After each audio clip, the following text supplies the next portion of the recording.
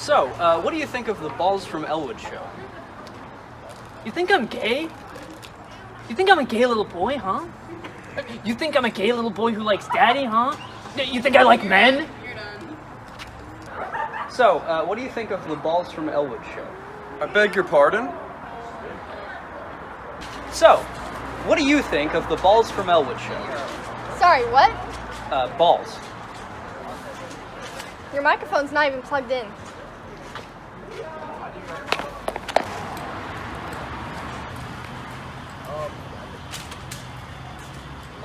So, what do you think of the Balls from Ellwood show? Are you kidding me? My entire household loves Balls from Ellwood show.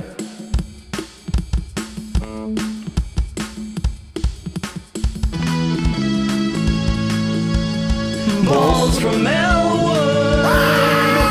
It's a good show. Come watch it with me under the sheets. Put a piece of you inside of me, and we can make it last all night long. Don't be afraid to go all the way. Let me take your virginity. Yeah. Hey now, this is Balls from the Future. Always remember, if you point at somebody, the wife wakes you up by spreading her ash cheeks. So remember to hit him with Howard Stern's penis. Love mommy. You know, I hope, there's always three fingers. I just want to wish you a very happy birthday, Balls. You should always...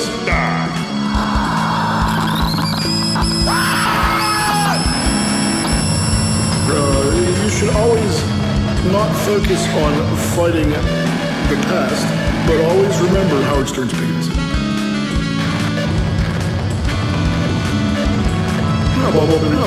To you all, and peace and love. Hey now, cats, we're back again this week on the Balls from Ellwood show. Hey, Xtina, how the hell are you? I'm alright. How you doing?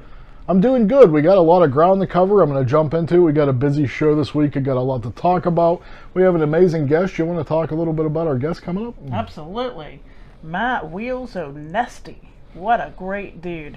He's a comedian, and he made me cry. So how's that? He's a very funny dude. He has an upcoming one-man show that I'm encouraging everybody to go and check out, but I'll give you details about that later. Stick around for that interview, but Xtina, we have so much stuff to get to. I'm going to just hit the ground running.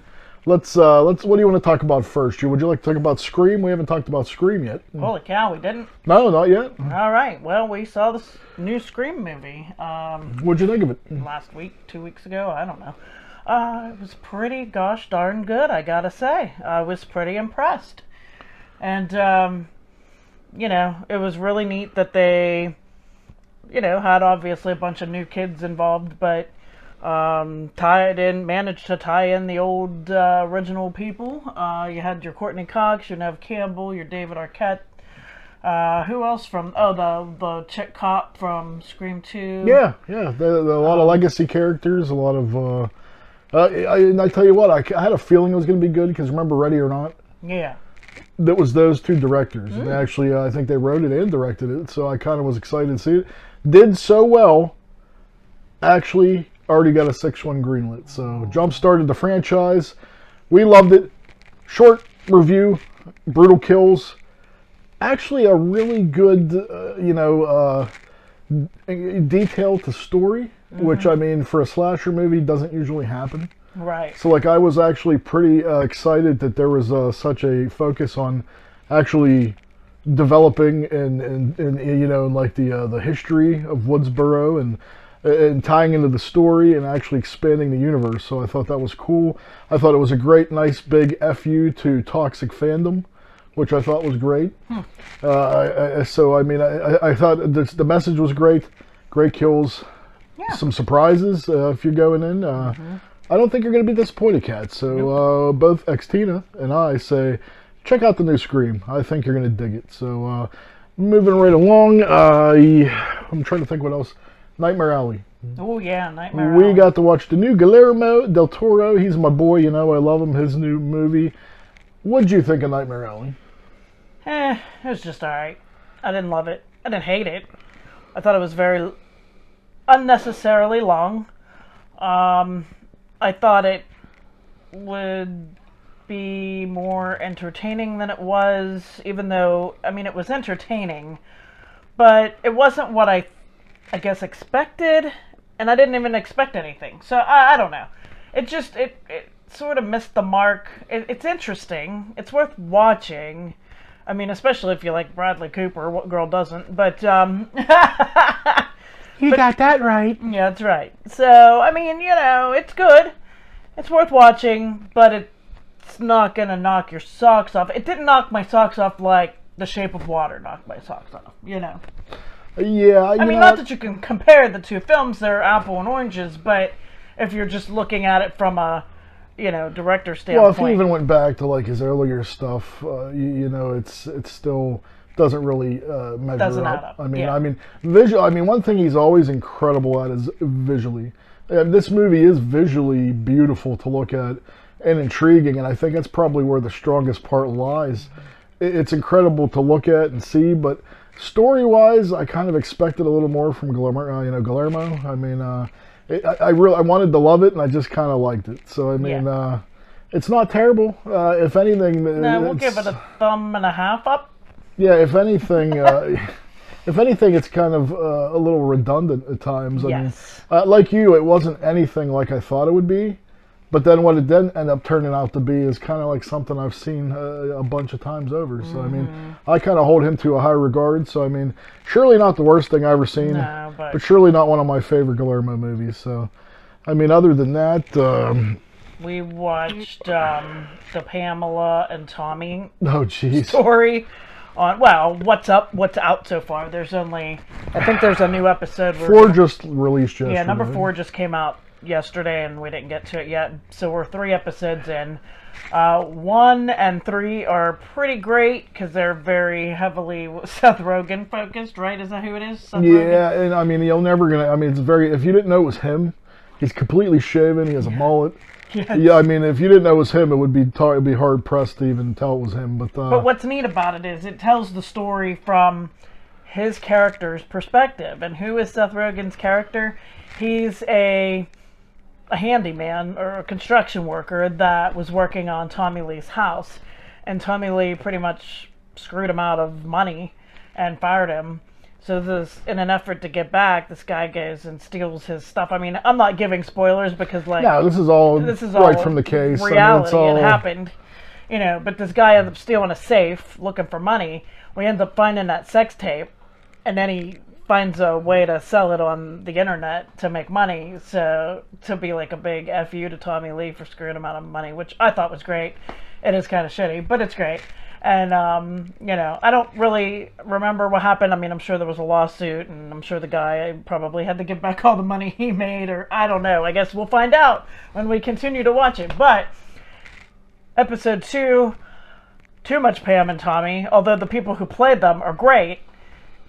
It's just as irritating as they are, for real. So I was getting, you know, it's funny. It's funny you say that because I was actually going to say this show is about Pam and Tommy. yes.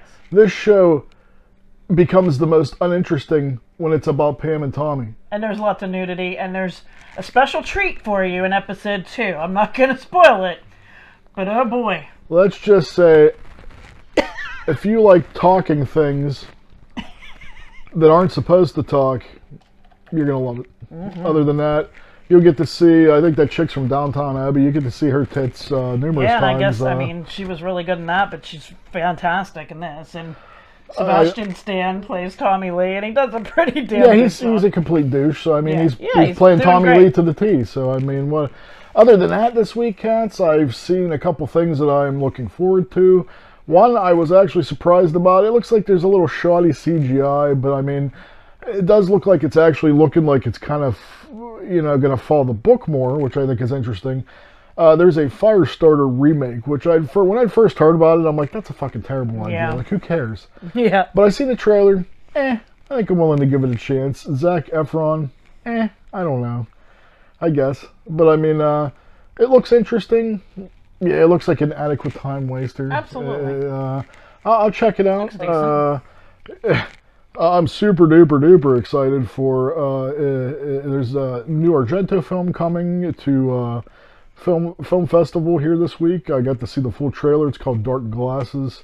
It's about a serial killer that's after prostitutes, and he tries to kill one, botches the job, she lives, Oh my. and ends up having to take care of a young Chinese boy, and they're on the lam from the killer. So it's a return to his genre roots, which makes me super excited, and I'm just hoping he has one more good one in it, man, because he actually wrote and directed this one. I love Argento. He's one of my favorite directors, but I haven't liked a film of his in a decade, so hoping he has one more in him to really, Bring it home. bring it home for me. I'm trying to think what else we got going on. Oh, you watched Book of Boba Fett? Oh, yes, thank you. I like Star Wars cats, but I'm not like living in my parents' basement, live, breathe Star Wars nerd, but I would consider myself a fan of Star Wars. I'm not deeply ingrained in it, but I do enjoy it. I love it. I was raised on it as a kid, and I do take joy in some of it.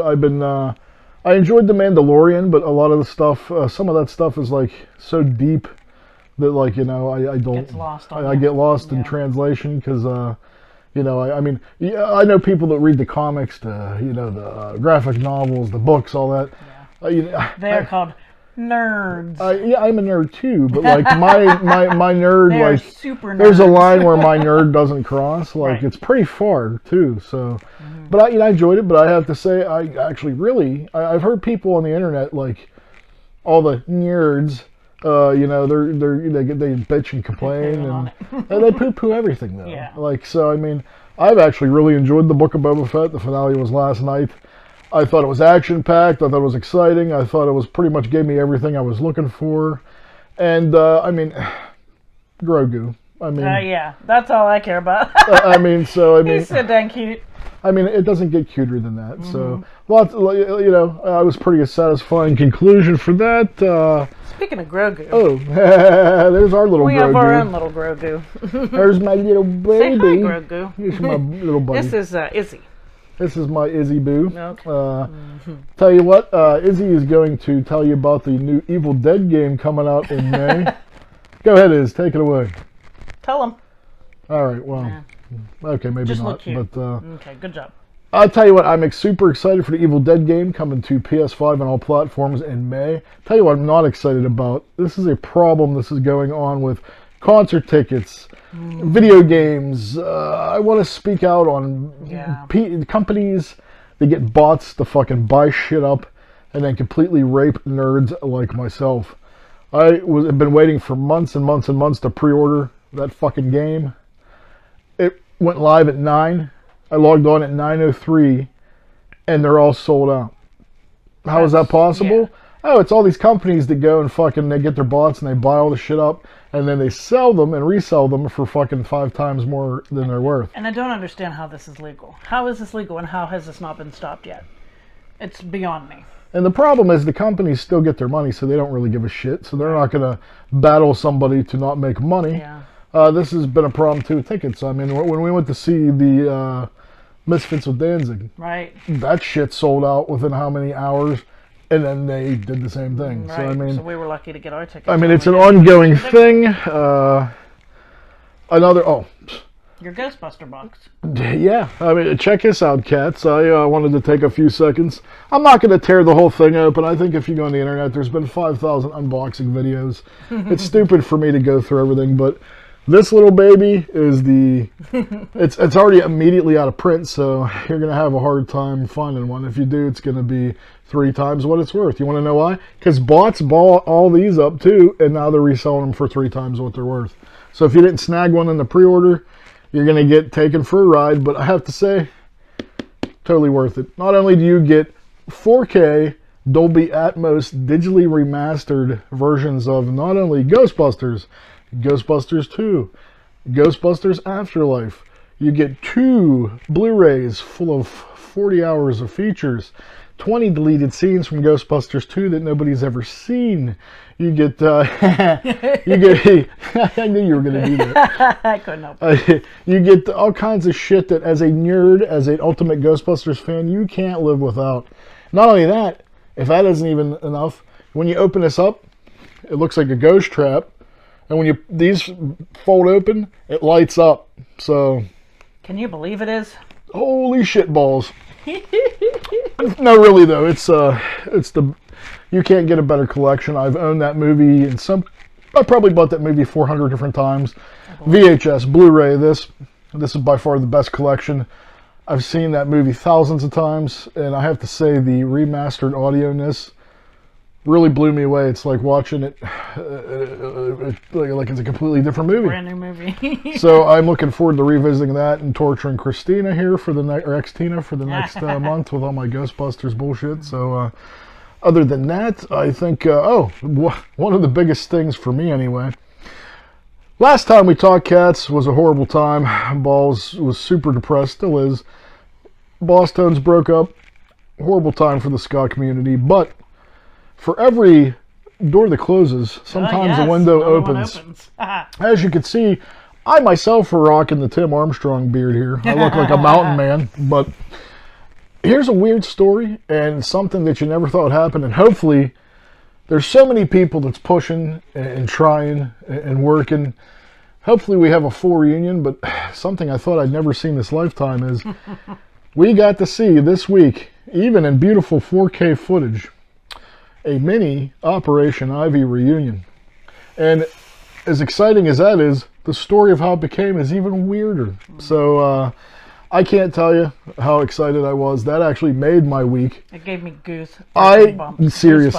I gotta say, man, I've watched that like 1,000 times already, and it gives me such an incredible feeling. Mm-hmm. So if we ever get the Op Ivy reunion, we've never been closer.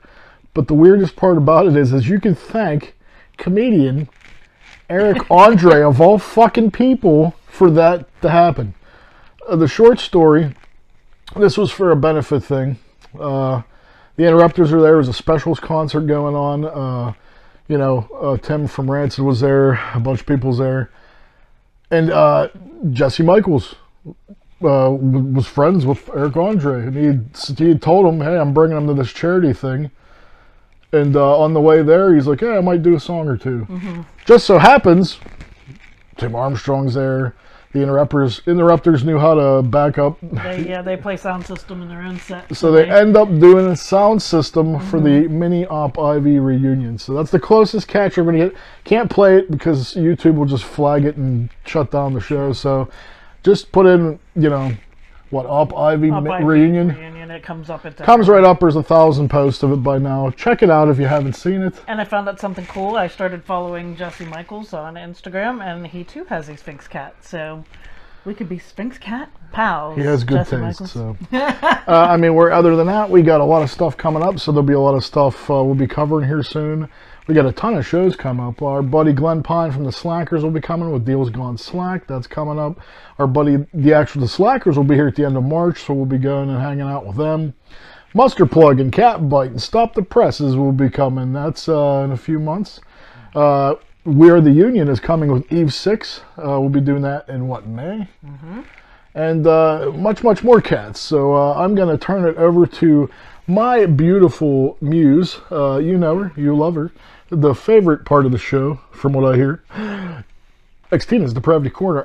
You know what? It's been a week since I've heard a fucked up story, and you know what? I think I'm actually in the mood for one today. Oh, Do you have a fucked up story, Xtina? Sure do. Lay it on me, girl. Come on. All right. So, I don't know. Where do I begin? Imagine you're married. You have a child. You have, I don't know, maybe. Sounds like a nightmare already. Yeah, an 8-year-old, and then you have a brand new baby. Oh, God, I'd kill myself. Yeah. I'd chop my dick off and throw it in the woods. Huh. So you have an 8-month-old baby. You're a woman, and you're still breastfeeding your baby. Yeah, there you go. And I like this already. You like this story? Yeah, breastfeeding babies. It's very nice, very healthy. Imagine that breast milk solves your murder. What? Sort of, in a roundabout way. So here's the story. I guess this happened maybe in like 2018-ish. This guy Jason and his wife Christina Cat butt cam. are married. They have some kids. She has a new baby, breastfeeding, blah, blah, blah. She's a stay-at-home mom. You know, she don't want to go back to work anytime soon. She wants to be a stay-at-home mom. She enjoys that life. Apparently it was... Well, hold on. I'm getting ahead of myself. Jason goes to work one morning, tries to get a hold of his wife, can't get a hold of her, calls the neighbor to go check on her. Neighbor goes in, checks on her, and it would appear she's sleeping. So she didn't bother her. And I guess checked the babies. I guess everybody was sleeping. Okay, great. Goes back home, calls him back, says everything's fine. And he's like, all right, well, calls her back in like an hour. Can you please go check on her again? I still can't get a hold of her. Something's wrong. Woman goes back over. Pulls down the covers on this woman. And, sorry, Balls, this is probably going to make you gag, but she's foaming at the mouth. She's cold to the touch. And she is very stiff. Calls the other neighbor, who's a nurse. Yeah, she's dead. She's dead as a doornail. How'd this woman die, you ask? A heroin overdose. That makes sense. Okay, right. The mom, the sisters find out. Like, she don't do fucking heroin. She won't even eat Mexican food when she's breastfeeding because it's bad for the baby. Like, this girl ain't doing heroin. Like, that's not a thing. It never has happened in her world. You mean heroin doesn't have, like, vitamins and minerals? No, I guess not. It's not good for the baby. It's not good for anybody, really. So... but of course, you know, the cops hear it all the time. Oh yeah, another OD. Of course, I know, your baby wouldn't do that either, right? I know, you know, makes sense. So they kind of blow it off as just another drug overdose, another day, another drug overdose, right? Except the sisters and the mom, they're pushing and pushing, and they're like, this ain't right. This ain't right at all. A few months go by. It takes a while to get like autopsies, especially toxicology. It's totally confirmed, definitely heroin. They're searching the house. They don't find any drug paraphernalia, you know, all this and that, and they keep saying this something ain't right. Check her breast milk. They're like, her breast milk will prove to you. Well, now, like, time keeps going by. I mean, granted, she had some frozen in the freezer. Yeah, you do that. Luckily, they found some at her parents' house that they could test, and tested it. And, of course, there's no narcotics in there. Although, what does that really prove? She just didn't do it that day, or what? You know, but I guess what I found out, too, when I was listening to this story on Nancy Grace, did you know you can test the hair follicles to tell how long somebody had been using heroin? That's pretty interesting. I have heard of that. Yeah, I thought that was really interesting. That's why most crackheads shave their head if they're going to have a drug test and stuff. But anyway, bottom line, I don't know at what point this started to come out, but clearly it was after, because Mr. Wonderful Husband, within a month after his wife's death, has a new woman living with him. That didn't take long, right?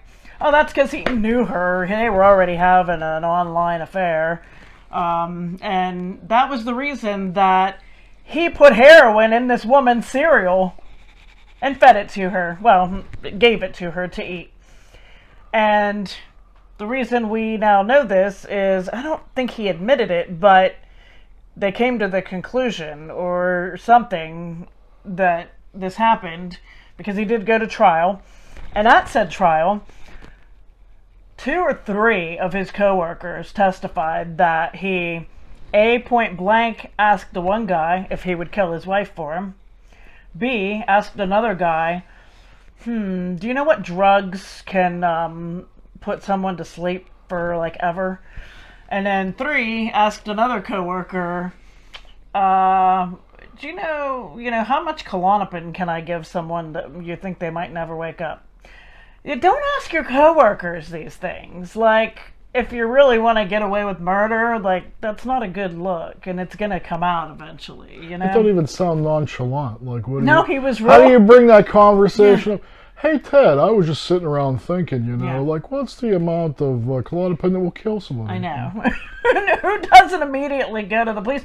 But I guess the thought process is, like, they thought this guy was, like, just jagging around, you know? Like, I know. It'd be like, you wouldn't even joke around about that. But, like, people do joke around, like... Nah, I would joke around. Yeah, right. So, I mean, it'd be like that. Like, I wonder how much Klonopin we go.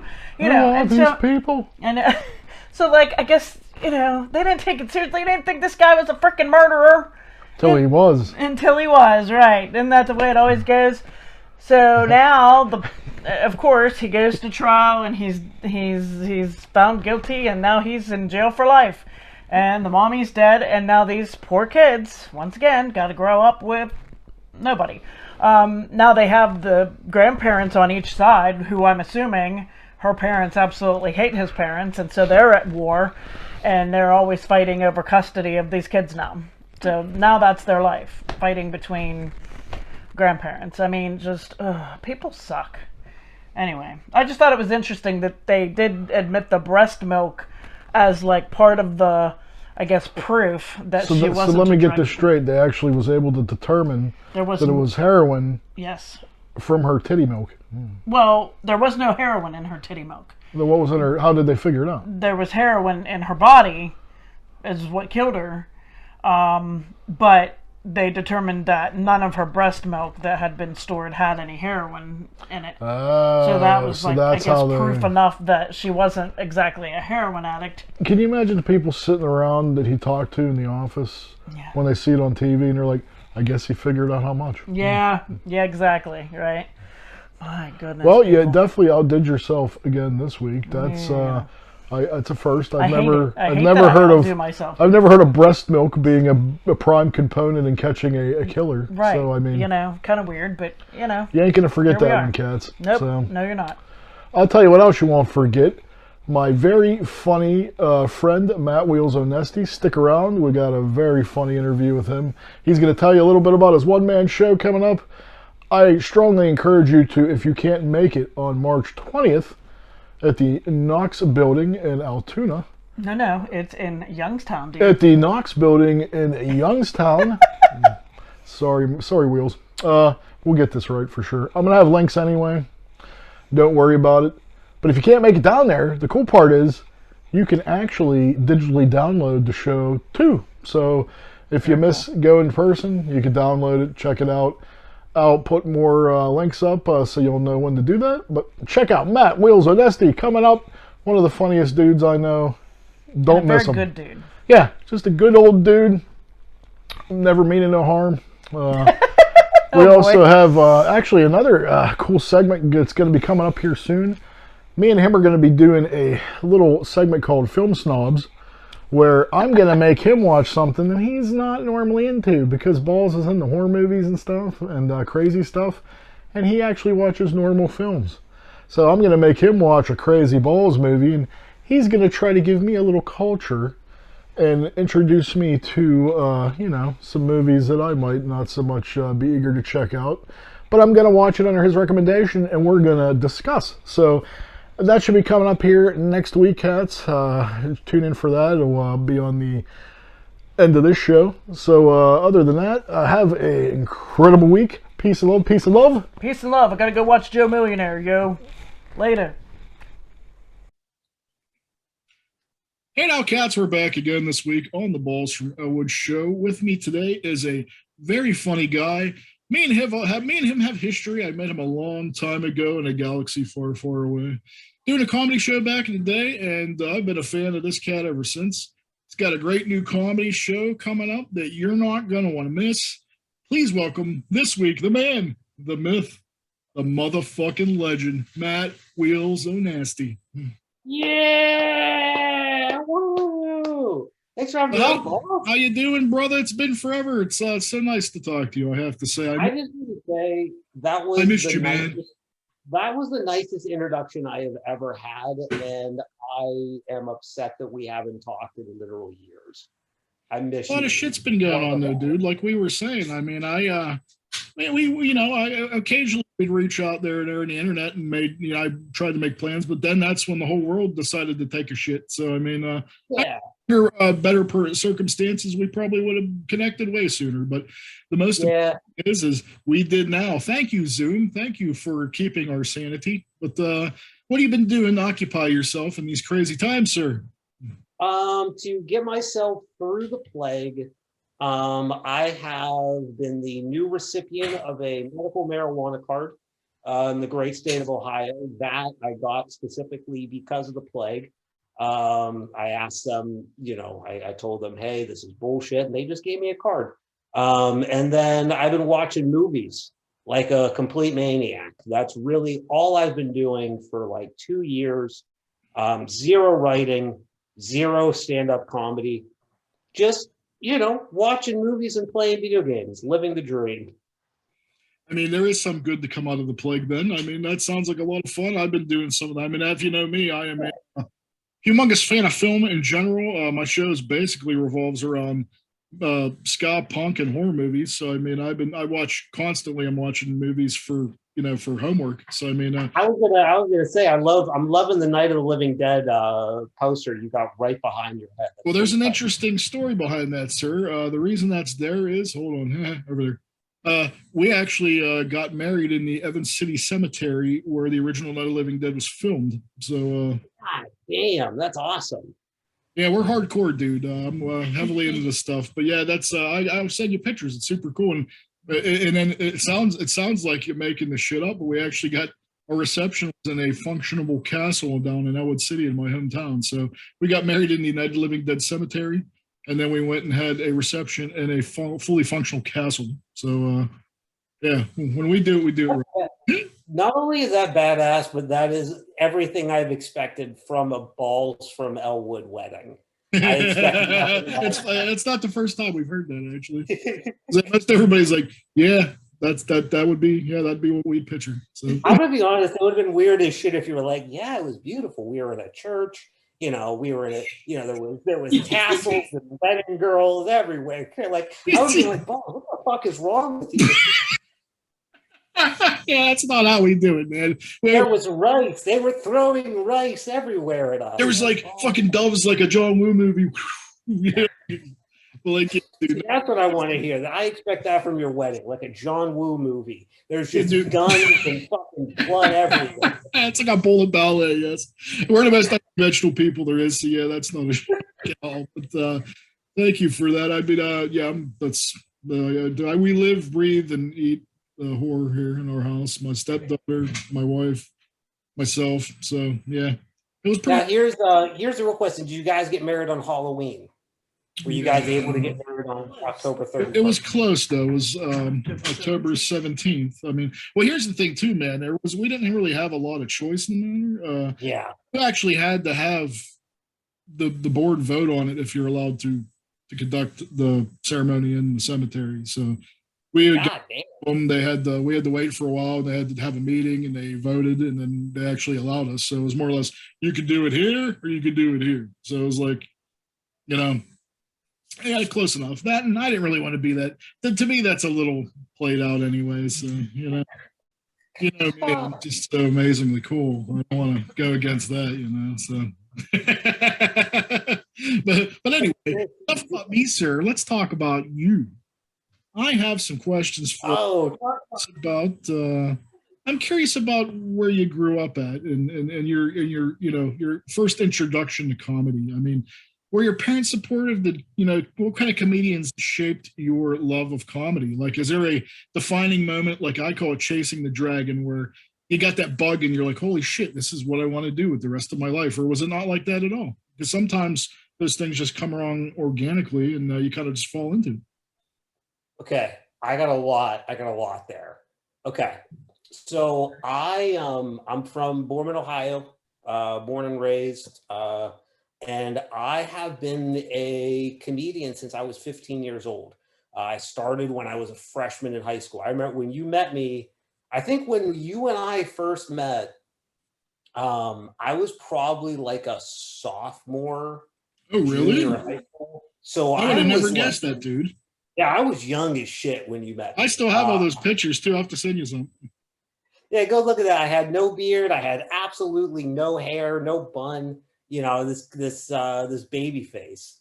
Yeah, dude, I was like sophomore-ish in high school, so I just started doing comedy around then. I mean, my parents were weirdly supportive of it from Jump Street. I remember I was always interested in comedy. I never knew, like I probably started writing jokes, like 7th, 8th grade, but never with like the intention of doing them on stage, just as like, oh, this is fun, whatever. So I'd always had that interest. And around freshman year of high school, one of my friends, actually older brothers, him and I got to talking about stand-up comedy and, you know, what that would be like to perform it. And he's actually the one who went and found our local open mic. And he signed himself up for it and asked me if I wanted to try some of the jokes I've been writing for the past like 2 years. And I just decided to say yes without really any like, you know, oh yeah, this is what the rest of my life's going to be. It was just like, oh yeah, that would be cool. Let's do it. So JR signs us up.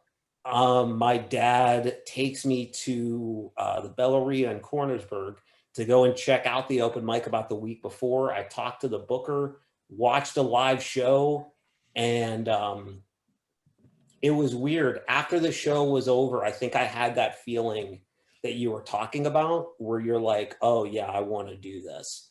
Because I'm watching people who like earlier in the night, I could never have told you they were comedians. I could never have told you these were the funny people in the room. And then all of a sudden a show starts in the back room of a little fucking like pizza joint. And like out of nowhere, these people who are complete strangers to you have all of a sudden morphed into like professionals. They've morphed into like comedians. They're telling jokes. They're getting responses from other complete strangers. And I remember watching that and being like, damn, I want to do that. That seems amazing. And I did a show a week later, and I literally have yet to look back since. And it's like 10 years later now. It's one of my favorite things that's ever happened. It is amazing, dude. It is the way exactly how you described it, because I remember I had never met you before. We're in the green room, we're eating pizza, and you're just talking to me. And you're such a friendly dude. You and Chris Kemp, we were just hanging out. And then I see you go out there, dude, and you just fucking totally kill it. Like it's so, you made it look like fucking there's like no effort whatsoever. It was like you were a seasoned professional.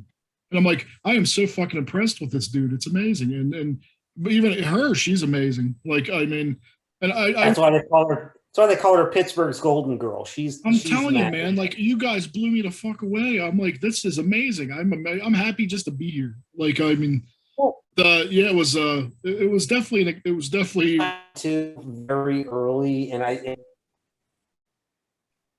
I'll say that again, man. I think the thing I latched onto very early in comedy is being around people who you enjoy their company. And the people that we were hanging out with that night in Newcastle, mm-hmm. They make the performance fun, and they make it so like, because there's times where I'll get up on stage and like I don't have the confidence, I don't have, but I notice when I'm around people, like hanging out with you that night, hanging out with Chris, having Zach there. The first time I ever went to Belleria in Cornersburg, it's the environment that like makes me comfortable. And it's one of the things that I love with comedy is like when you're around people who you can connect with mm-hmm. and have fun with, yeah. It makes what you do on stage that much better. Well, that actually leads me to my next series of questions here. You had mentioned you go out and sometimes you don't have confidence. Sometimes it's more or less a product of your environment. But I want to know, have you ever actually bombed on stage, and how do you deal with like Oh, oh yeah. Oh my God. I bomb. I can't say I bombed in a while, but it's because I haven't done comedy in, a year and a half too. Well, I take that back. I've done a little bit of here and there, but nothing like a ton. I bomb. I used to bomb constantly. To me, it's the only way to learn. I think going up and trying something, even without knowing it's going to be a killer or not, is one of the most important pieces to being a successful comedian. And being able, I think it was Patton Oswalt who said it. You have to learn to love the bomb. So you have to be able to get up on stage, eat a complete bag of dicks, and come off and be like, okay, yeah, I can do better next time. That's amazing. I mean, I'd see when I take things like at the heart, man. It's hard for me to get over like that, but I mean, I guess that's just part of the. It's one of the hardest things because it really like comedy is one of those crazy things where, ego's a motherfucker. Ego is like the worst thing in the world, and sadly, it is what props up a comedian. Like a comedian's kind of a comedian's trying to like survive in this like gray area of having no ego, but having enough of an ego to be able to like have an audience latch onto you. And it's one of those things where you're being so vulnerable up on stage. You just want laughs. You just want the audience to love and accept you. So when you don't get that response back, that you don't like, that you don't get that response back, you don't get the laughs, you don't get the love and the claps, that shit stings. It stings and it stings and it stings. The only advice I would have of like getting over it is you got to do it over and over again and build up that callus. It's like playing guitar. It is, like, seriously, it is. But playing the guitar, or like you got to get used to like seeing the audiences. Okay, they're just here in this moment right now. They don't follow me afterwards. They're not coming home with me. They're not in the car with me on the ride home. I'm no longer with them. And that's helped me kind of separate myself from it, to where it's like, okay, I'm here in the moment with this audience, and whatever happens. After it's over, nothing I can do about it. I can't change whether or not I got laughs or not. I can't change, how good or bad I did. It's just over. And I take from it whatever I need to take from it. How do you deal with a heckler? Have you ever had to deal with a heckler yet? Oh yeah. It's funny enough, you would think I would get heckled constantly with being like a disabled comedian who's sort of an asshole. Sometimes you would think I would get heckled constantly. But I don't. I haven't been heckled that much. One of the ones where it had nothing to do with let's see, how can I tell this story? It had nothing to do with me being directly on stage. It was a show I was running, and I was running a comedy contest, and there was like a table of like 10 golfers. I'm talking like old white hair guys. They just came off the course and for some reason wound up at the bar that was doing a comedy show. And these guys were relentless. They were making fun of the comedians. One of my buddies, who's actually the director and producer on my stand-up comedy special, it's coming out March 4th. He has Tourette's. So he's up on stage doing his jokes, and he has like twitches and stuff. I hear these fucking guys, they're like making fun of him. They're like, spit it out, Junior. And I'm like, steal lines from an Adam Sandler movie. Like, come on. Yeah, how original. Yeah, I was like, think your own shit. So, to deal with them, and this isn't how you normally deal with a heckler as a comedian, because you're normally on stage. I tried to deal with them personally, like a human being. and talk to them. And, you know, again, I'm the sweet boy in a wheelchair with a man bun. I'm harmless. I'm not going to hurt anyone. And I just simply said to them, like, hey, can you guys, you know, shut the fuck up for like 10 minutes or like go inside, like chill. And, you know, they mocked me to my face and they were like, oh, sorry, we're having a good time. And they continue to be assholes. So I took it upon myself as the host to go up on stage and proceeded to tell these guys to get the, and this is something I'm not proud of at all to this day, maybe kind of funny because I got the audience on my side. I proceeded to tell these guys, first of all, everybody go fuck yourselves. And second of all, it would be hilarious if each and every one of you went home and died of prostate cancer. And I got a reaction like that to the audience, which still to this day confuses the shit out of me for how everyone just was like, oh yeah, good for you, man. Woo, yeah. But it worked. So that's, I guess that's when I deal with hecklers, I deal with them in the worst way possible. By going way the fuck over the line and hoping my disability protects me. Is there anything that you won't joke about?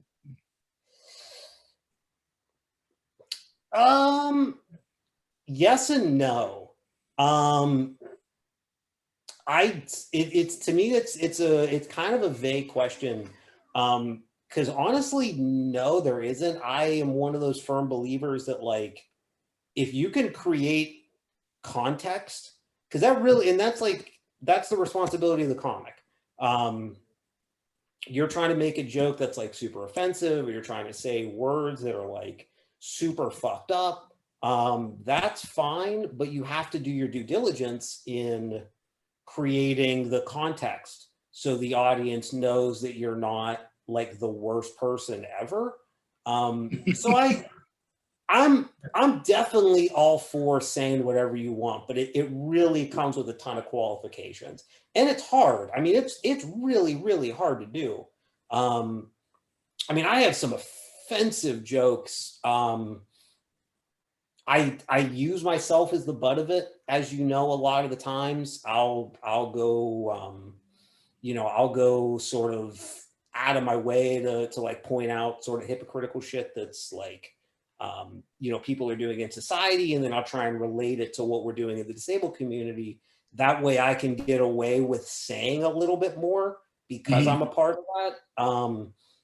You'll hear this joke the night of the release show. I'm going to try and tell a newer version of it, but on my special, which is funny because I recorded this in October 2019.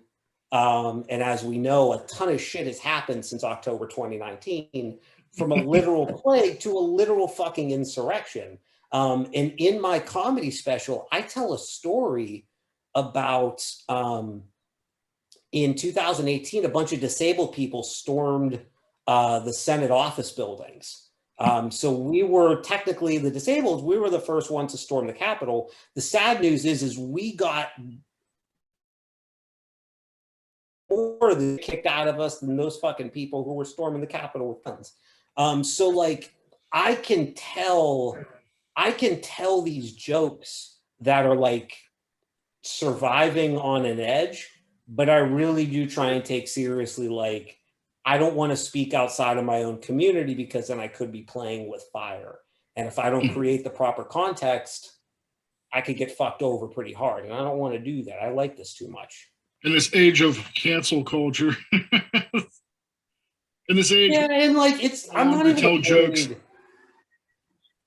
Yeah, and it's like, I'm not even afraid of cancel culture, and I'm not like, because I know, I'm like one of those people, like, I know if you don't like me, like if you don't like what I do and you don't like what I say and you don't like who I am as a person, you're going to take anything that I say and you're going to frame it to make it sound awful. That's sadly the reality we're living in. My thing is I'll say whatever I want whenever I want, but I have to be aware that I need to go above and beyond in how I protect myself. Because if I'm going to say crazy things, I need to make sure that when people reframe me to be an asshole, I can easily point to something and say, no, you guys are just being dicks. Does that kind of make sense? Yeah, that totally makes sense. I just find it fascinating that a comedian has to deal with all these different things now in this new age of It sucks. This is the new age of sucks. pussy. Everybody's a pussy. Everybody's offended. It's Yeah, I mean, I don't even know. Like, I definitely get the sentiment, but I think there's a lot of comics who take it for granted how much power they have. Or like, I never thought of that one. Think of it like this. So like, you have this microphone, you have this platform, you have all these eyes on you. When you have that, I don't care if you just want to say, well, I'm just a comedian, it doesn't matter, I should just say whatever I want, or I'm a football player. Like, when you have eyes on you, you have a responsibility to some capacity. Even if you don't think you have that responsibility, I genuinely feel like you do. When people are listening to you and they're taking your word, because a lot of people don't know that comedy is just comedy sometimes, and they'll take it as gospel. And I think that can be really dangerous. And if as comedians, we can't accept that some people will latch on to jokes as like reality, then we're doing everybody a disservice. I know it sucks and it makes things a lot more complicated, but we're way more connected now than we've ever been. And we all have platforms. And that's like the fucked up thing is we all used to be able to get away with so much more because we all weren't platformed. We all didn't have podcasts. We all didn't have like social media that could go out to just hundreds and hundreds of people randomly whenever you like throw out something that people decide to retweet or share. And because that's like a new thing to us, we're still trying to reconcile like, okay, I want to say whatever I want, but I also have to think about like a ton of people could be seeing this without content. Like it sucks, but it's reality. It's hard. Does being a comic ever affect relationships with being family, friends, otherwise? Are people afraid to talk around you because they might become part of your act? Guys, yeah, because I've added people into my life, into my act. So I'm not doing myself any favors. In my special, I have a joke where my mom informs me that Michael Jackson, this was when Michael Jackson died. She informs me about Michael Jackson's death while I'm in right field in the middle of a Challenger baseball game. That's a story I tell on my special. I won't give away the punchlines. And then I have another one in my special, which is a story about a former gym teacher who tried to faith heal me in the middle of summer gym. Well, what? Oh, I gotta hear that. So I'll tell the brief synopsis of the story. I don't want to give away too much. No, don't save it, man. Like I said, the short and dirty of it is I'm in summer gym, which is hilarious as it is that they made me take gym class. But I'm in summer gym and my teacher, she like, I'm watching my classmates, they're like doing yoga and they're like playing dodgeball, whatever the fuck. And I'm just sitting there watching and she comes over and she's like, don't you ever wish that you could be out there playing with them? And I'm like, what the fuck? Is she mocking? Like, is she making fun of me? Like, what is that kind of question? And she's like, no. Don't you wish, you could be out there? I was like, yeah, I mean, I guess, I definitely would love to play, dodgeball with my friends. And she was like, have you ever tried to do anything about it? I'm like, what the fuck is she getting at? Like, what? I've had surgery. Like, what do you mean? Have I done anything about it? And she's like, no, have you ever tried praying? I was like, no, I guess that's the thing that me and my family have just completely neglected to ever think about. And she's like, well, I'd like to pray with you now. And I'm, again, a giant asshole. And I'm not going to say no. I'm just going to let whatever's happening happen. And then she wound up grabbing my hand. She prayed with me, tried to get Jesus to heal my legs and that. But it didn't work. Obviously, it didn't, nothing.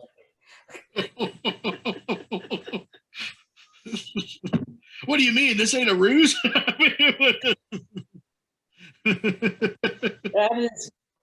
Listen, that's another one of my favorite jokes.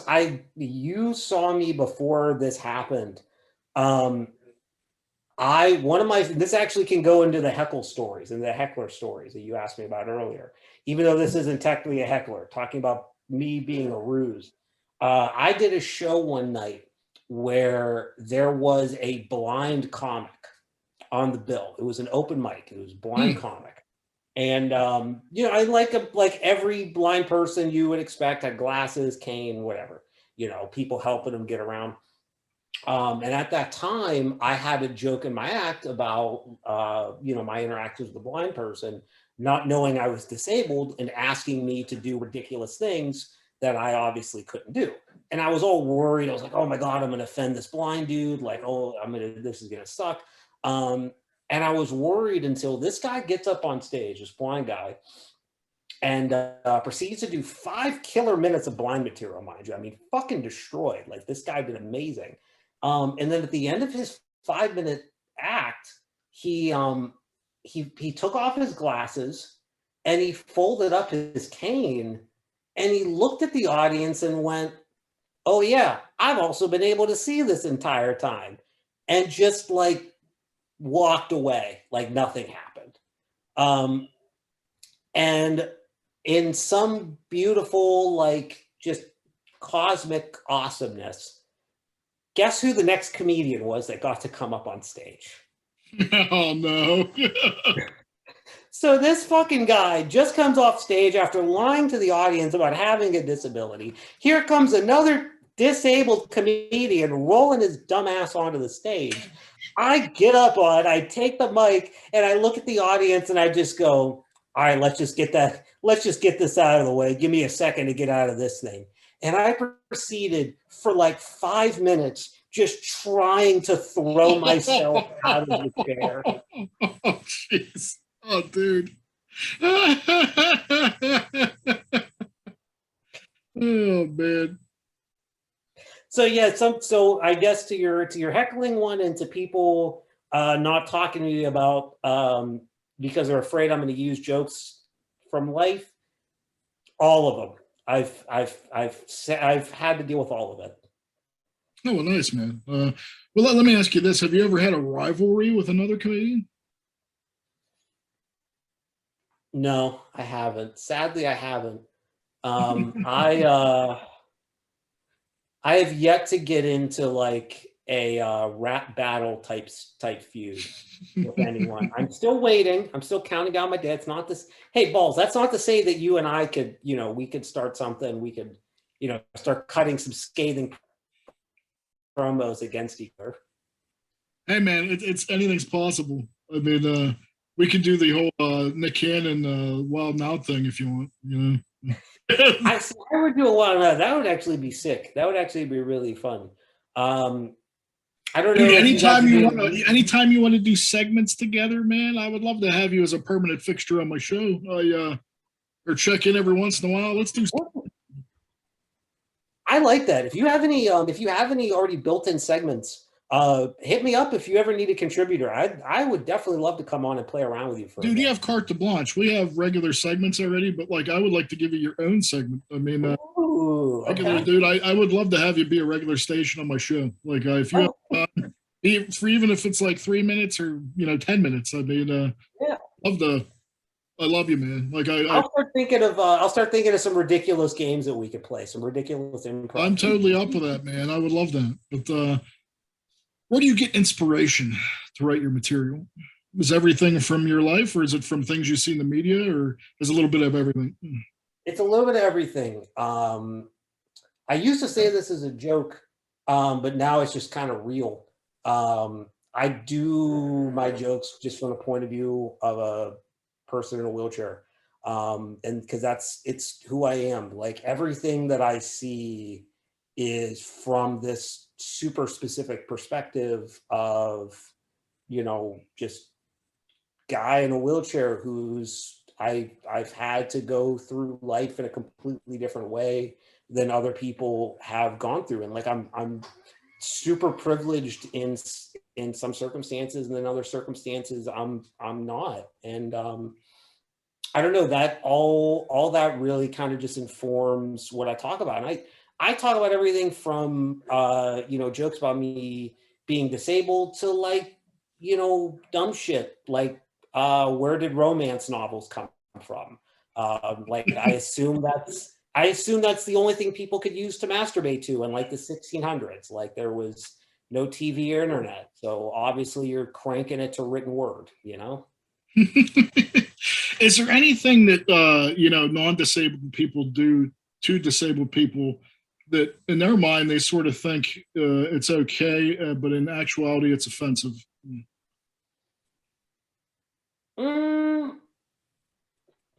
It depends. I'll give you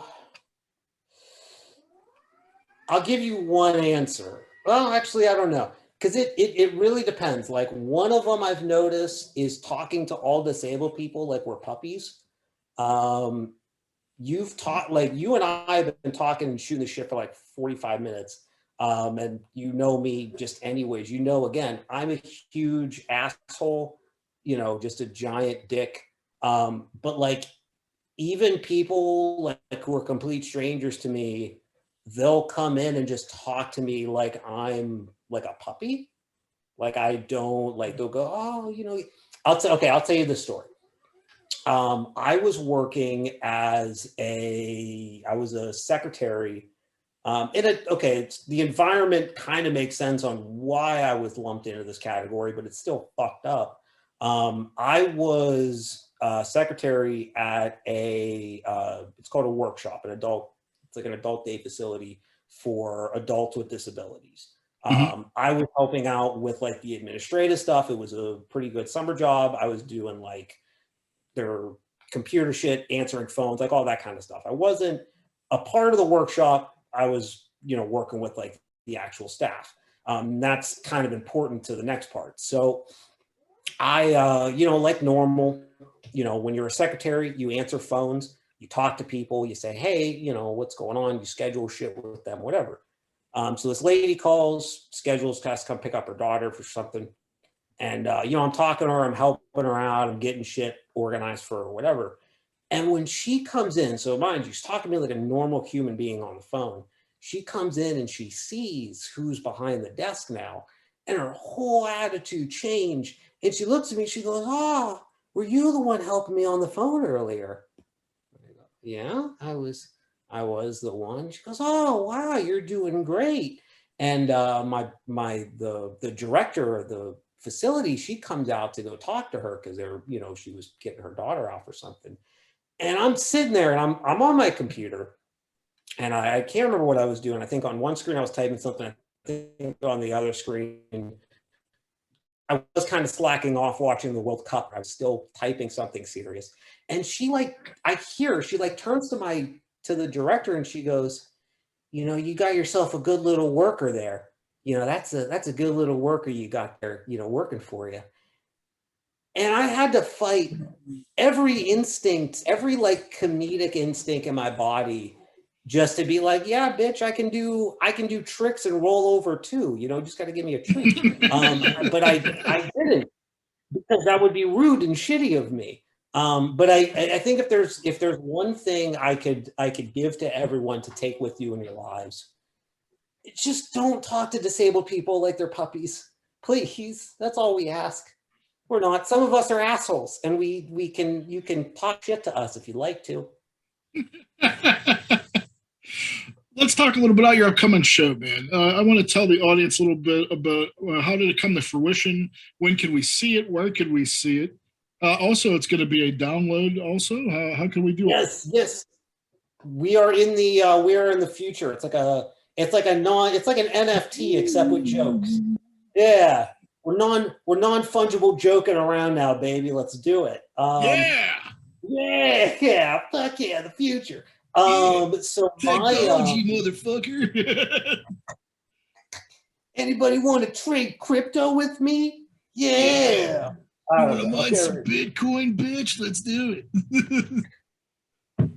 Oh, it is the future, balls. We are going to be so far behind. It's going to be ridiculous. I know. I'm fully aware, dude. Oh, it's okay. Listen, we're going to be the assholes stuck in the past, and I'm fine with it. That's all I. I've already accepted that, and I'm moved on. So March 4th, we are going to be finally releasing Nesti's Uncomfortable, which has been a project I have been working on with two of my best friends for the past, since October 25th of 2019. It was a wild idea from Harrison Poole and myself, where Harrison Poole and we went to college together. We went to Kent State University, and we were in the digital media production, which is like film school. And to graduate from like Kent State's film program, you have to make a final project as like your like graduating thesis. So our dumbasses were like, let's shoot some comedy specials. So we decided we were going to do my comedy special and Jesse Pimpinella's Hot Mess, which is also already available on all major platforms: Spotify, iTunes, Amazon, and you can download the visual video special from JessePimpinella's.hotmess.com. That's on his website. But I'll throw a link up on this as well. So yeah, we'll get them all up on there, because it really is like, these are projects that are so married. Because in order for Harry and I to graduate, we were like, let's jump off the highest diving board we can find into the deepest pool that we can find. And we wound up shooting on one of the best nights of comedy Jesse and I have ever done. We filled out the second floor of the Knox building we did one night of shows, two early show and a late show, sold out both shows. There was 80 to 100 people both nights, both shows. It was fucking awesome. And since then, we've just been working on, obviously getting everything out there. Pandemic hits, that pushes everything way the fuck back. And here we are 2 years later, and we're ready to release it now. So March 4th, my comedy special is going to be available on MattO'Nesti.com. Matt O'Nesti's Uncomfortable on March 4th. Album dates, maybe a little bit later than that, but we're not sure yet. We're waiting for DistroKid to get shit figured out. And March 4th, we're going to be doing the show/release party at the Funny Farm Comedy Club, which is also in the Knox building, downtown Youngstown, third floor above the Federal. One of the best rooms, one of my favorite places to hang out and do stuff. I'm excited. Tickets are $20. Each ticket is going to come with a download link. So I'm going to be handing out pieces of paper that are like a link to my website. It's going to be a QR code and a website. So after you're done hanging out with us that night, all you got to do is go home and you can download it on your computer, and that shit's yours for your and your only amusement. That's awesome, man. It's a really cool idea. Let me ask you this, sir. What's the best gift anybody has ever given you?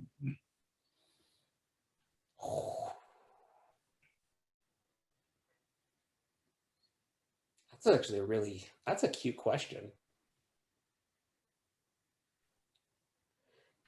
It wasn't a physical gift. I don't think physical gifts. Best gift, and I'm going to say this because I kind of make a joke about it in my special, and I want to make sure that if he listens to it, he knows that I love him to death.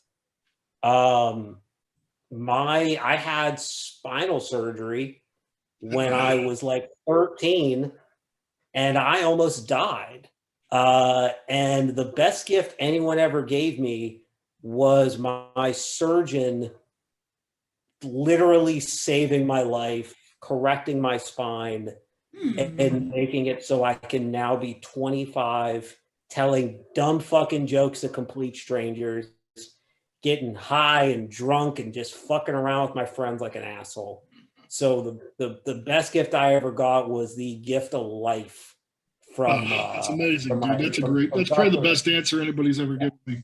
Dr. Ritzman of Akron Children's Hospital. That dude is a goddamn superstar.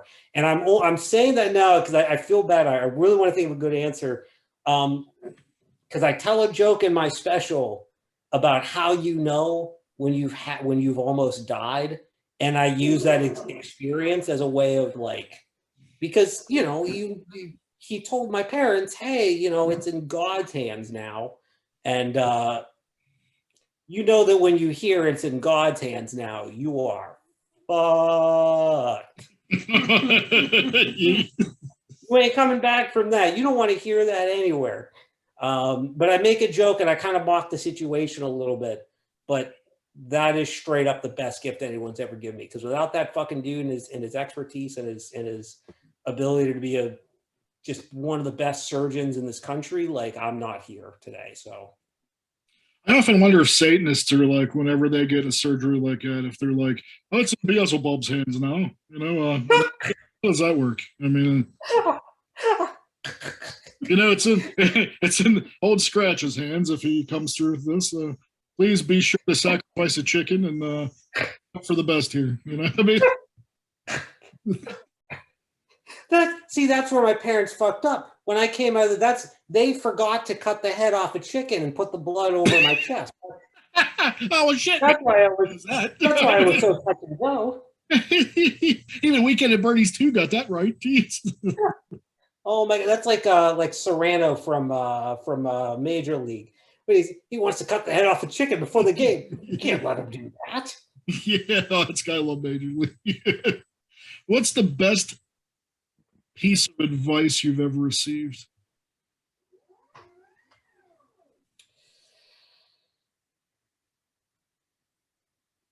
Comedy.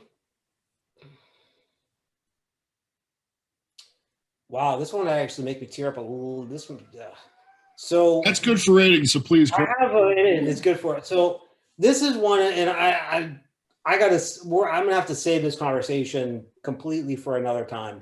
But I'm just gonna say, and this is gonna sound strange to a lot of people. Somehow, the best advice I ever got came from Zach Hudak, who said to me at my absolute lowest point in comedy, and I can't say life because shit's gotten way fucking weirder since all this. But I remember him saying to me, Matt, comedy isn't a zero-sum game. Because I find success doesn't mean that you won't find success. Because one other person is getting a show, that doesn't mean you're never. And for some reason, that has been one of the most important lessons I got, and I'm lucky I got it when I did, because I think, and I it kind of helps inform kind of what we talked about earlier with like, dealing with audiences and dealing with like that failure that you can get from certain shows. I think that lesson really helped me kind of accept like, I just have to do my own thing. I have to do what I'm doing. I can't rely on others. I can't hope someone else is just going to give it to me. I can't be jealous of somebody else finding success faster than I'm finding it. I just have to go down my own road. And I'm here to find a community. I'm here to find people that I can relate to and like have fun with. And I would rather be doing shows and finding success with people that I enjoy their company and being around and having a good time. And for people who are my friends and that I love and that I see as good, even if you're not my friend, if I see you as someone who's genuine, a decent person, I want you to be successful. I want you to be more successful than I am. If you find it, I'm happy for you, because I know that if you find success and you get somewhere, then I'm going to be honest, that gives me hope that, okay, if I keep fighting, I might be able to get there. And it really was the best lesson I ever got. Comedy is not a zero-sum game. I got a couple more for you, dude, and then we'll wrap things up. What's one way to make you laugh? You're so used to making others laugh. What's a surefire way to make you laugh? Dumb. And I guess this is the fun thing with talking like other comics. I don't know about you, but like my funny meter is just so jacked up. It's so fucked from like years of just constantly making jokes, constantly being around funny people, that like typical shit I don't find funny, but like stupid humor, I think is like the greatest thing in the world. Just like dumb. So here's a really good example. I think you should leave Tim Robinson's sketch show on Netflix. I think is the funniest thing anyone has made in years. That to me is like the absolute. That to me is like the pinnacle of comedy. And he's doing dumb shit, like guy who puts on way too many prosthetics and way too much prosthetic makeup and is just standing there contemplating suicide in the middle of a mall. Like, I think that is the funniest shit in the world. Offensive humor. Every once in a while, I'll get phone calls from Jesse Pimpinella where he'll just say the most offensive jokes that he can possibly think of. And then he'll hang up the phone and I won't hear from him for weeks. No, that's our like, so that's the kind of shit, like it either has to be just like the absolute most offensive thing you can possibly think of, or like whatever the fuck Tim Robinson or like Tim and Eric are doing. What is your favorite horror film of all time? Do you like Balls, you might not like me. I'm actually not a huge I'm not a huge horror guy. All right, this interview's over. See you. Click. He says with the Night of the Living Dead in a creep show shirt on. No, it's weird. I don't know why. And again, I also get shit from this because Jesse, my literal best friend in the world, he is the biggest horror guy ever. That's why I was asking you about October 31st, because he got married on Halloween. So you guys can have an amazing conversation about horror shit.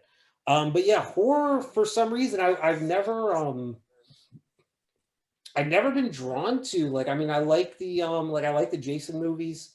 But I know that's kind of, it's kind of gauche, I guess. I still enjoy the Jason movies. I like, just because things have become mainstream and popular doesn't make them as endearing to me as they were when I was a kid, for sure.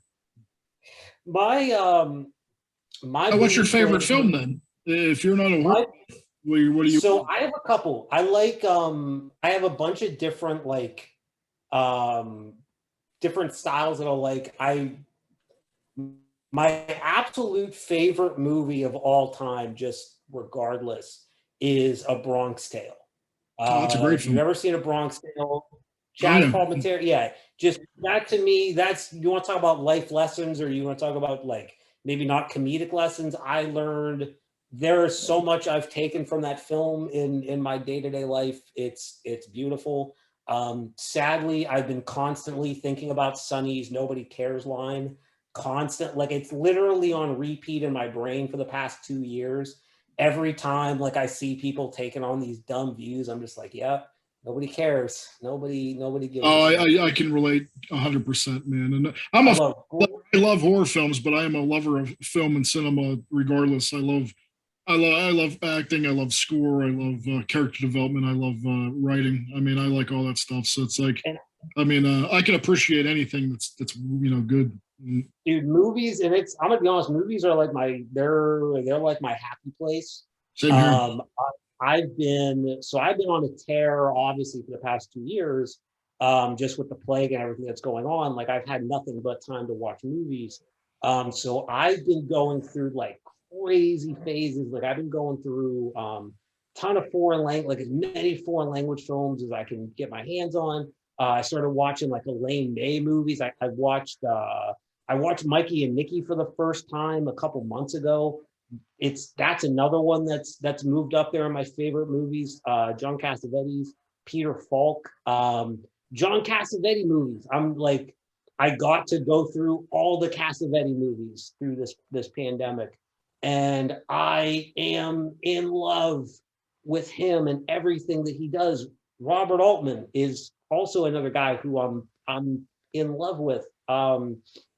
California Split is like the best gambling movie ever made. I highly recommend California Split to just anyone. Elliot Gould is like the greatest comedic actor ever. Just I appreciate The Long Goodbye with Elliot Gould, another Robert Altman. That is. Altman's had a string of amazing stuff. He is so like, that is one of those guys who you can absolutely tell inspired pretty much every modern style. Like a guy like Paul Thomas Anderson clearly loved the shit out of Robert Altman. And that's nothing against Paul Thomas Anderson. It's just a testament to how like innovative Altman was. Oh yeah, man. I mean, it's what is it? Imitation is the sincerest form of flattery. Oh God, yeah, dude. It's like it's unreal. And then the last one I'll leave. This is because I got to go through all my different styles that I love. If you've never seen a Jacques Tati movie, Jacques Tati is my new. I mean, he's in my opinion the greatest comedian. And this is a comedian in the classical sense of not just stage performer, but guy whose only goal is to be as funny as possible. He has made some of the most influential movies. Mr.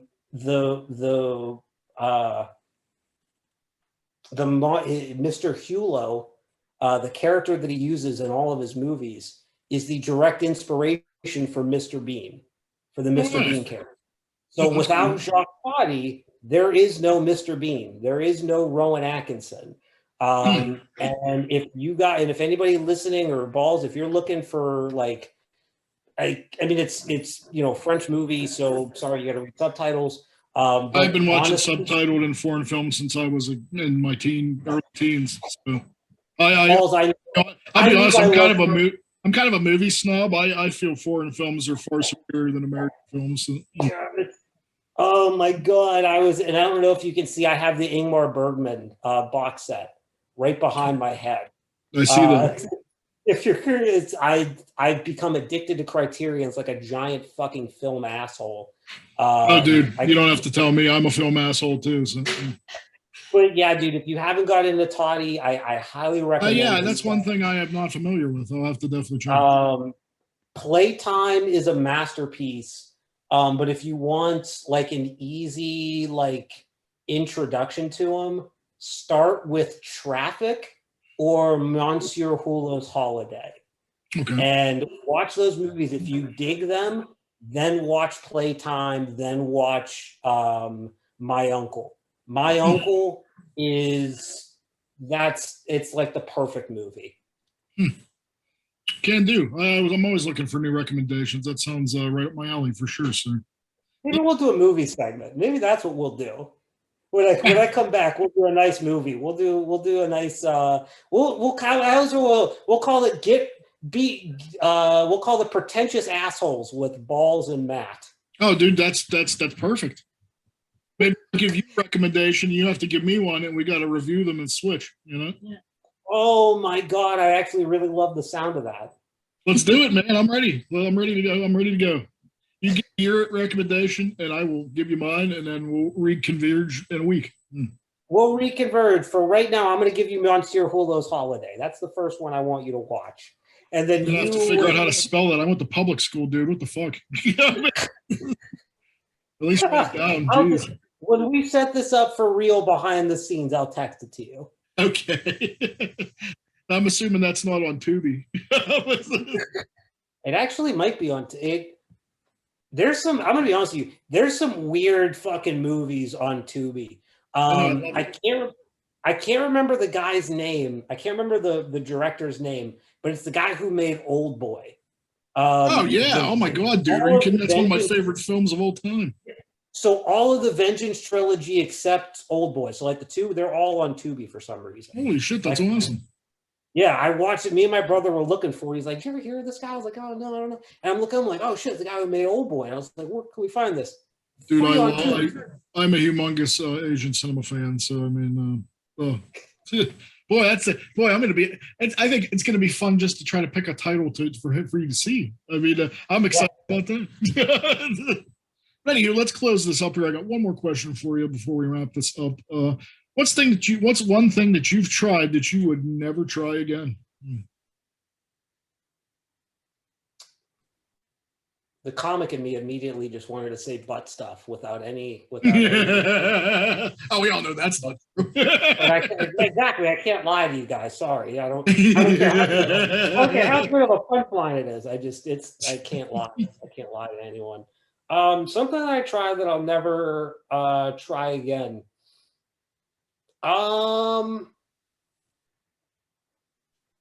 Pineapples. Yeah. Swear to God. Yeah, I'll give you philosophical answers for everything else in the podcast, but I'm gonna just straight up say pineapples because fuck them. They're not real fruits. They're bullshit. And people try to put them on pizza and they ruin pizza. Yeah, I think that should be a war crime. I don't really know what a war crime is, but I think it should be one. Yeah, those are my feelings. You know, if there's one thing I take a hard definitive stance on, it's fuck pineappals. I couldn't think of a better way to end this. I mean, there you have it, cats. The man, the myth, the legend, the hater of pineapples, Wheels and Nesti. Again, sir, the whole reason we're here, I want to plug this show one more time before we go. Where, when, what time, where can we get tickets? So you can get March the 4th at 8 p.m. We are going to be doing a show / release party at the Funny Farm Comedy Club, which is in downtown Youngstown at the Federal Restaurant inside of the Knox building. You can buy tickets online at funnyfarm.com. My pretty face should be up there. If not, tickets will be available at the door. Tickets are $20. Each ticket comes with a download, with a receipt to download my comedy special for when you get home. If you are unable to make it to the release show, no worries. You will be able to download my debut comedy special from my very own personal website, mattonesti.com. Also on March the 4th, it'll be going live. It's going to be $6-ish, somewhere around there, I think, because we're something with Wix and the the fees or whatever the fuck. But it's going to be cheap, decently cheap. It's going to be cheap laughs. So it'll be available March the 4th on my website, mattonesti.com. And that's it. I hope to either see all of you listening at the show on March 4th in downtown Youngstown, or if not, it would really mean a lot to me if you gave my special a download and shared it with your friends and told your friends, told your enemies. You could tell whoever you want to. It would mean a lot to me. I cannot agree more. I can't stress to my audience, all 7 of you, go down and see Matt. He's a funny dude. If you jerk him off, he'll knock $15 off of the ticket price. That's called the Harvey Weinstein special, okay? Hashtag me too is a whole new meaning. I'm bringing the preparation H for you, buddy. So that's the bonus code. You know, every podcaster has a bonus code. That's what it's going to be. Oh, well, nice. Bonus code the Harvey. Bonus code the Weinstein special. Yeah, tell them you want the Harvey, and they'll know what you mean. But seriously, man, I can't wait to see your special. Can't wait to be there. I encourage everybody to go please come see Matt Wheels of Nesti. He is a funny motherfucker. You won't regret it. And if you can't, make sure you log on, you get that fucking show and you check it out. And tell all your friends, tell your Aunt Gertrude, fucking tell anyone you can. So thank you, sir, for being a guest on my show this week. It was a pleasure, an honor, a privilege. Thank you so much. Other than that, man, Awesome. peace and love. Good luck with the show. Love you, balls. Thank you. Love you too, buddy.